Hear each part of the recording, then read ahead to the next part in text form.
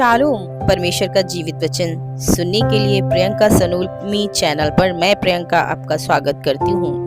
आज का वचन अध्ययन है थिस्सलुनीकियों के नाम पौलुस प्रेरित की पहली पत्री, अध्याय 1। पौलुस और सिलवानुस और तीमुथियुस की ओर से थिस्सलुनीकियों की कलीसिया के नाम, जो परमेश्वर पिता और प्रभु यीशु मसीह में है, अनुग्रह और शांति तुम्हें मिलती रहे।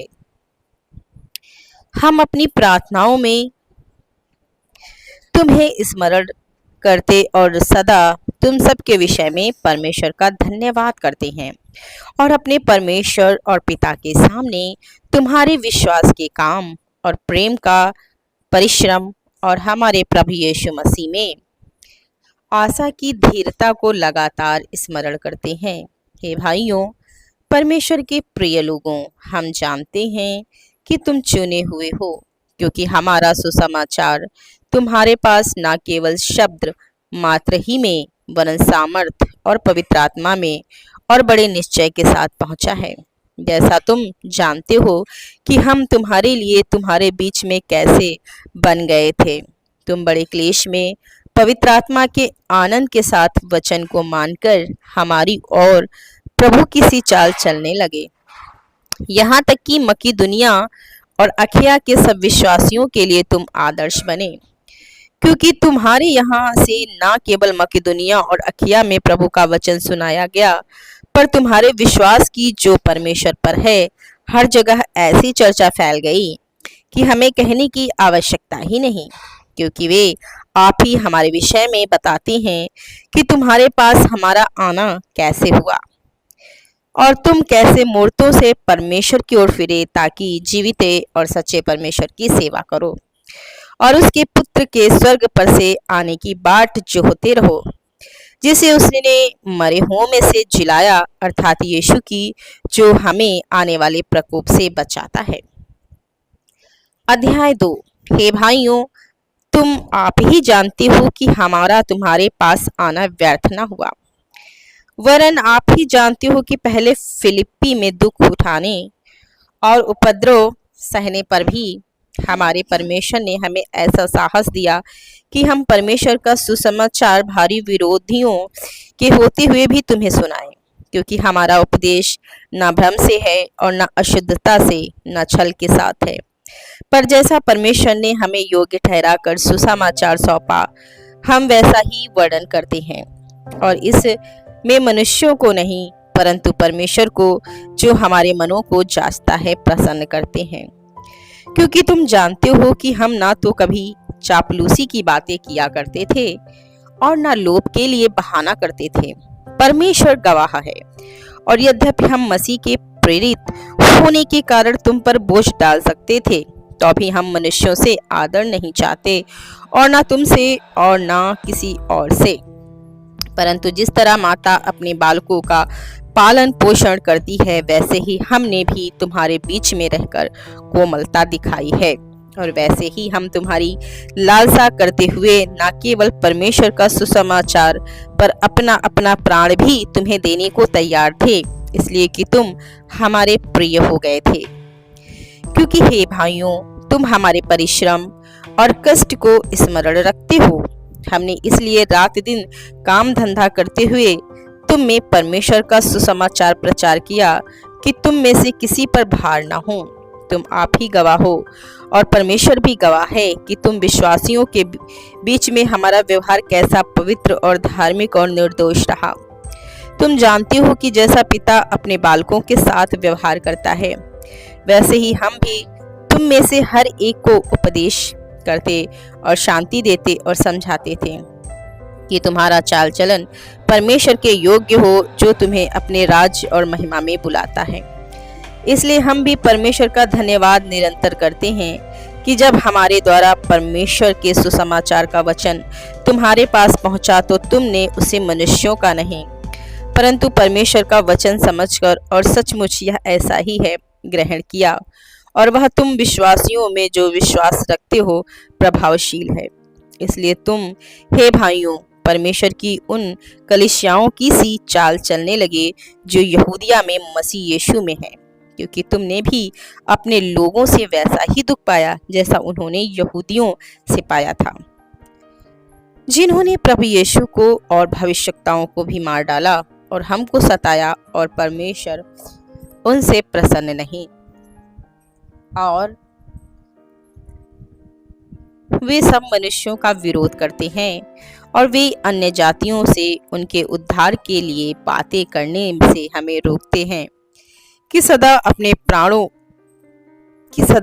पापों का नपुआ भरते रहें, पर उन पर परमेश्वर का भयानक प्रकोप आ पहुंचा है।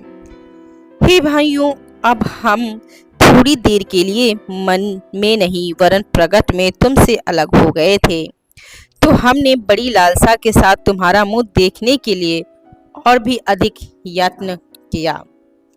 इसलिए हमने अर्थात मुझ पौलुस ने एक बार नहीं वरन 2 बार तुम्हारे पास आना चाहा, परंतु शैतान हमें रोके रहा।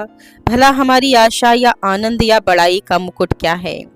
क्या हमारे प्रभु यीशु के सम्मुख उसके आने के समय तुम ही ना होगे? हमारी बड़ाई और आनंद तुम ही हो। अध्याय 3।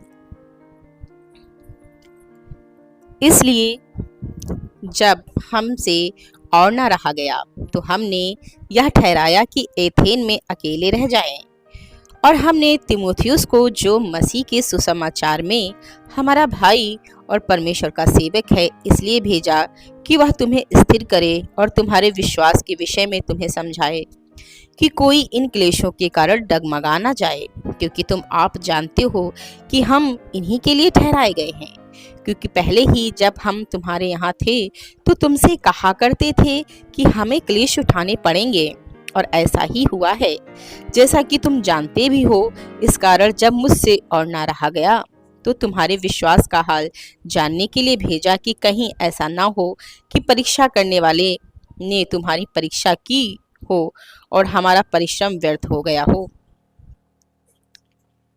पर अभी तीमुथियुस ने, जो तुम्हारे पास से हमारे पास यहाँ आया, तुम्हारे विश्वास और प्रेम का सुसमाचार सुनाया, और इस बात को भी सुनाया कि तुम सदा प्रेम के साथ हमें स्मरण करते हो और हमारे देखने की लालसा रखते हो, जैसा हम भी तुम्हें देखने की। इसलिए हे भाइयों, हमने अपने सारे दुख और क्लेश में तुम्हारे विश्वास से तुम्हारे विषय में शांति पाई, क्योंकि अब यदि प्रभु में स्थिर रहो तो हम जीवित हैं, और जैसा आनंद हमें तुम्हारे कारण अपने परमेश्वर के सामने है, उसके बदले तुम्हारे विषय में हम किस रीति से परमेश्वर का धन्यवाद करें।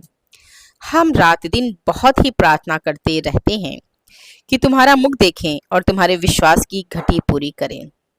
अब हमारा परमेश्वर और पिता आप ही और हमारा प्रभु यीशु तुम्हारे यहाँ आने में हमारी अगुवाई करे, और प्रभु ऐसा करे कि जैसा हम तुमसे प्रेम रखते हैं वैसा ही तुम्हारा प्रेम भी आपस में और सब मनुष्यों के साथ बढ़े और उन्नति करता जाए, ताकि वह तुम्हारे मनों को ऐसा स्थिर करे कि जब हमारा प्रभु यीशु अपने सब पवित्र लोगों के साथ आए तो वे हमारे परमेश्वर और पिता के सामने पवित्रता में निर्दोष ठहरें। अध्याय 4। इसलिए हे भाइयों, हम तुमसे विनती करते हैं कि तुम्हें प्रभु यीशु में समझाते हैं कि जैसे तुमने हमसे योग्य चाल चलना और परमेश्वर को प्रसन्न करना सीखा है, और जैसा तुम चलते भी हो वैसे ही और भी बढ़ते जाओ, क्योंकि तुम जानते हो कि हमने प्रभु यीशु की ओर से तुम्हें कौन कौन सी आज्ञा पहुंचाई। क्योंकि परमेश्वर की इच्छा यह है तुम पवित्र बनो, अर्थात व्यभिचार से बचे रहो, और तुम में से हर एक पवित्रता और आदर के साथ अपनी पत्नी को प्राप्त करना जाने, और यह काम अभिलाषा से नहीं और न उन जातियों के समान जो परमेश्वर को नहीं जानती, कि इस बात में कोई अपने भाई को न ठगे और न उस पर दांव चलाए, क्योंकि प्रभु इन सब बातों का पलटा लेने वाला है, जैसा कि हमने पहले ही तुमसे कहा और चिताया भी था। क्योंकि परमेश्वर ने हमें अशुद्ध होने के लिए नहीं परंतु पवित्र होने के लिए बुलाया है। इस कारण जो इसे तुच्छ जानता है वह मनुष्य को नहीं परंतु परमेश्वर को तुच्छ जानता है, जो अपना पवित्र आत्मा तुम्हें देता है। किंतु भाईचारे की प्रीति के विषय में यह आवश्यक नहीं कि मैं तुम्हारे पास कुछ लिखूं, क्योंकि आपस में प्रेम रखना तुमने आप ही परमेश्वर से सीखा है और सारे मकी दुनिया के सब भाइयों के साथ ऐसा करते भी हो। परंतु हे भाइयों, हम तुम्हें समझाते हैं और भी बढ़ते जाओ, और जैसी हमने तुम्हें आज्ञा दी है वैसे ही चुपचाप रहना है और अपना अपना काम काज करने और अपने अपने हाथों से कमाने का प्रयत्न करो, ताकि बाहर वालों से आदर प्राप्त करो और तुम्हें किसी वस्तु की घटी ना हो। हे भाइयों, हम नहीं चाहते कि तुम उसके विषय में जो सोते हैं अज्ञानी रहो, जैसा ऐसा ना हो कि तुम दूसरों के समान शोक करो जिन्हें आशा नहीं। क्योंकि यदि हम विश्वास करते हैं कि यीशु मरा और जी भी उठा, तो वैसे ही परमेश्वर उन्हें भी जो यीशु में सो गए हैं उसी के साथ ले आएगा। क्योंकि हम प्रभु के वचन के अनुसार तुमसे यह कहते हैं कि हम जो जीवित हैं और प्रभु के आने तक बचे रहेंगे, सोए हुओं से कभी आगे ना बढ़ेंगे। क्योंकि प्रभु आप ही स्वर्ग से उतरेगा, उस समय ललकार और प्रधान दूत का शब्द सुनाई देगा और परमेश्वर की तुरही फूंकी जाएगी, और जो मसीह में मरे हैं वे पहले जी उठेंगे। तब हम जो जीवित और बचे रहेंगे उनके साथ बादलों पर उठा लिए जाएंगे और हवा में प्रभु से मिलेंगे, और इस रीति से हम सदा प्रभु के साथ रहेंगे। इस प्रकार इन बातों से एक दूसरे को शांति दिया करो। अध्याय 5। पर हे भाइयों, इसका प्रयोजन नहीं कि समयों और कालों के विषय में तुम्हारे पास कुछ लिखा जाए, क्योंकि तुम आप ठीक जानते हो कि जैसा रात को चोर आता है वैसा ही प्रभु का दिन आने वाला है। जब लोग कहते होंगे कुशल है और कुछ भय नहीं, तो उन पर एकाक विनाश आ पड़ेगा। जिस प्रकार गर्भवती पर पीड़ा वे किसी रीति से ना बचेंगी।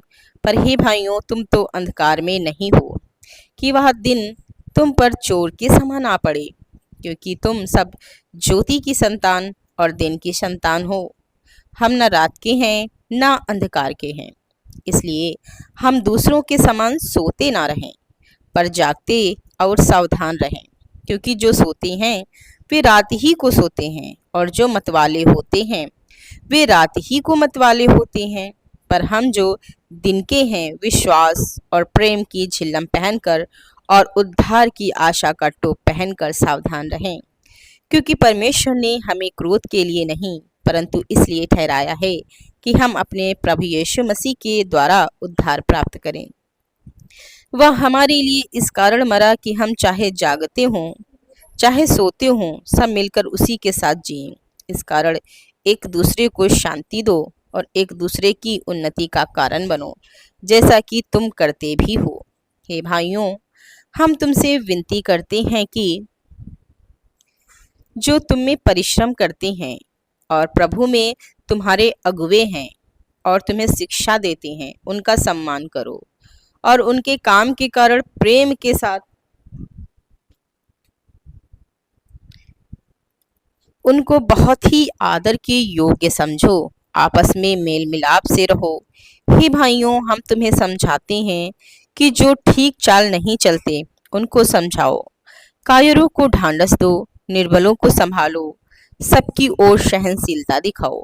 सावधान, कोई किसी से बुराई के बदले बुराई ना करे, पर सदा भलाई करने पर तत्पर हो। आपस में और सब से भी भलाई ही की चेष्टा करो। सदा आनंदित रहो, निरंतर प्रार्थना में लगे रहो, हर बात में धन्यवाद करो, क्योंकि तुम्हारे लिए मसीह यीशु में परमेश्वर की यही इच्छा है। आत्मा को ना बुझाओ, भविष्यवाणियों को तुच्छ ना जानो, सब बातों को परखो, जो अच्छी हैं उन्हें पकड़े रहो, सब प्रकार की बुराई से बचे रहो। शांति का परमेश्वर आप ही तुम्हें पूरी रीति से पवित्र करे और तुम्हारी आत्मा और प्राण और देह हमारे प्रभु यीशु मसीह के आने तक पूरे पूरे और निर्दोष सुरक्षित रहे। तुम्हारा बुलाने वाला सच्चा है और वह ऐसा ही करेगा। हे भाइयों, हमारे लिए प्रार्थना करो। सब भाइयों को पवित्र चुम्बन से नमस्कार करो। मैं तुम्हें प्रभु की शपथ देता हूँ कि यह पत्री सब भाइयों को पढ़कर सुनाई जाए। हमारे प्रभु यीशु मसीह का अनुग्रह तुम पर होता रहे। थिस्सलुनीकियों की दूसरी पत्री, अध्याय 1।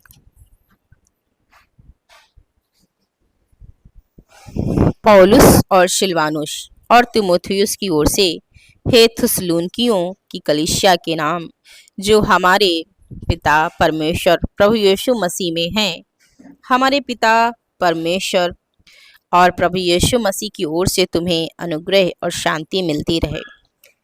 हे भाइयों, तुम्हारे विषय में हमें हर समय परमेश्वर का धन्यवाद करना चाहिए और यह उचित भी है, इसलिए कि तुम्हारा विश्वास बहुत बढ़ता जाता है।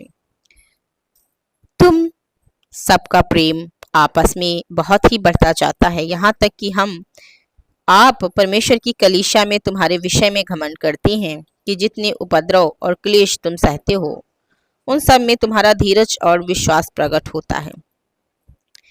यह परमेश्वर के सच्चे न्याय का स्पष्ट प्रमाण है कि तुम परमेश्वर के राज्य के योग्य ठहरो, जिसके लिए तुम दुख भी उठाते हो, क्योंकि परमेश्वर के निकट यह न्याय है कि जो तुम्हें क्लेश देते हैं उन्हें बदले में क्लेश दें, और तुम्हें जो क्लेश पाते हो हमारे साथ चैन दे। उस समय जबकि प्रभु यीशु अपने सामर्थी दूतों के साथ धधकती हुई आग से स्वर्ग से प्रकट होगी, और जो परमेश्वर को नहीं पहचानते और हमारे प्रभु यीशु मसीह के सुसमाचार को नहीं मानते, उनसे पलटा लेगा। वे प्रभु के सामने से और उसकी शक्ति के तेज से दूर होकर अनंत विनाश का दंड पाएंगे। उस दिन होगा जब वह अपने पवित्र लोगों में महिमा पाने और सब विश्वास करने वालों में आश्चर्य का कारण होने को आएगा। इसलिए तुमने हमारी गवाही पर विश्वास किया, इसलिए हम सदा तुम्हारे लिए प्रार्थना भी करते हैं कि हमारा परमेश्वर तुम्हें इस बुलाहट के योग्य समझे और भलाई की हर एक इच्छा और विश्वास के हर एक काम को सामर्थ्य सहित पूरा करे, ताकि हमारे परमेश्वर और प्रभु यीशु मसीह के अनुग्रह के अनुसार हमारे प्रभु यीशु का नाम तुम में महिमा पाए और तुम उसमें। अध्याय 2। हे भाइयों, अब हम अपने प्रभु यीशु मसीह के आने और उसके पास अपने इकट्ठे होने के विषय में तुमसे विनती करते हैं कि किसी आत्मा या वचन या पत्री के द्वारा, जो कि मानो हमारी ओर से हो, या समझकर कि प्रभु का दिन आ पहुंचा है, तुम्हारे मन अचानक अस्थिर ना हो जाएं और ना तुम घबराओ। किसी रीति से किसी के धोखे में ना आना, क्योंकि वह दिन ना आएगा जब तक धर्म का त्याग ना हो ले और वह पाप का पुरुष अर्थात विनाश का पुत्र प्रकट न हो, जो विरोध करता है और हर एक से जो ईश्वर या पूज्य कहलाता है अपने आप को बड़ा ठहराता है, यहाँ तक कि वह परमेश्वर के मंदिर में बैठकर अपने आप को ईश्वर ठहराता है। क्या तुम्हें स्मरण नहीं कि जब मैं तुम्हारे यहाँ था तो तुमसे ये बातें कहा करता था? तुम उस वस्तु को जानते हो जो उसे अभी रोक रहा है कि वह अपने ही समय में प्रकट हो, क्योंकि अधर्म का भेद अब भी कार्य करता जाता है, पर अभी एक रोकने वाला है, और जब तक वह दूर ना हो जाए वह रोके रहेगा। तब वह अधर्मी प्रकट होगा, जिसे प्रभु यीशु अपने मुंह से फूंक से मार डालेगा और अपने आगमन के तेज से भस्म करेगा। उस अधर्मी का आना शैतान के कार्य के अनुसार सब प्रकार की झूठी सामर्थ और चिन्ह और अद्भुत काम के साथ, और नाश होने वालों के लिए अधर्म के सब प्रकार के धोखे के साथ होगा, क्योंकि उन्होंने सत्य से प्रेम नहीं किया जिससे उनका उद्धार होता। इस कारण परमेश्वर उनमें एक भटका देने वाली सामर्थ्य को भेजेगा कि वे झूठ की प्रतीति करें, ताकि जितने लोग सत्य की प्रतीति नहीं करते वरन अधर्म से प्रसन्न होते हैं वे सब दंड पाएं। हे भाइयों और प्रभु के प्रिय लोगों, चाहिए कि हम तुम्हारे विषय में सदा परमेश्वर का धन्यवाद करते रहें, क्योंकि परमेश्वर ने आदि से तुम्हें चुन लिया कि आत्मा के द्वारा पवित्र बनकर और सत्य की प्रतीति करके उद्धार पाओ, जिसके लिए उसने तुम्हें हमारे सुसमाचार के द्वारा बुलाया कि तुम हमारे प्रभु यीशु मसीह की महिमा को प्राप्त करो। इसलिए हे भाइयों, स्थिर रहो और जो जो बातें तुमने चाहे वचन या पत्री के द्वारा हमसे सीखी हैं उन्हें थामे रहो। हमारा प्रभु यीशु मसीह आप ही और हमारे पिता परमेश्वर, जिसने हमसे प्रेम रखा और अनुग्रह से अनंत शांति और उत्तम आशा दी है, तुम्हारे मनों में शांति दे और तुम्हें हर एक अच्छे काम और वचन में दृढ़ करे। अध्याय 3। अंत में हे भाइयों, हमारे लिए प्रार्थना किया करो कि प्रभु का वचन ऐसा शीघ्र फैले और महिमा पाए जैसा तुम में हुआ, और हम टेढ़े और दुष्ट मनुष्यों से बचे रहें, क्योंकि हर एक में विश्वास नहीं, परंतु प्रभु सच्चा है और तुम्हें दृढ़ता से स्थिर करेगा, उस दुष्ट से सुरक्षित रखेगा। हमें प्रभु में तुम्हारे ऊपर भरोसा है कि जो जो आज्ञाएं हम तुम्हें देती हैं उन्हें तुम मानते हो और मानते भी रहोगे। परमेश्वर के प्रेम और मसीह के धीरज की ओर प्रभु तुम्हारे मन की अगुवाई करे।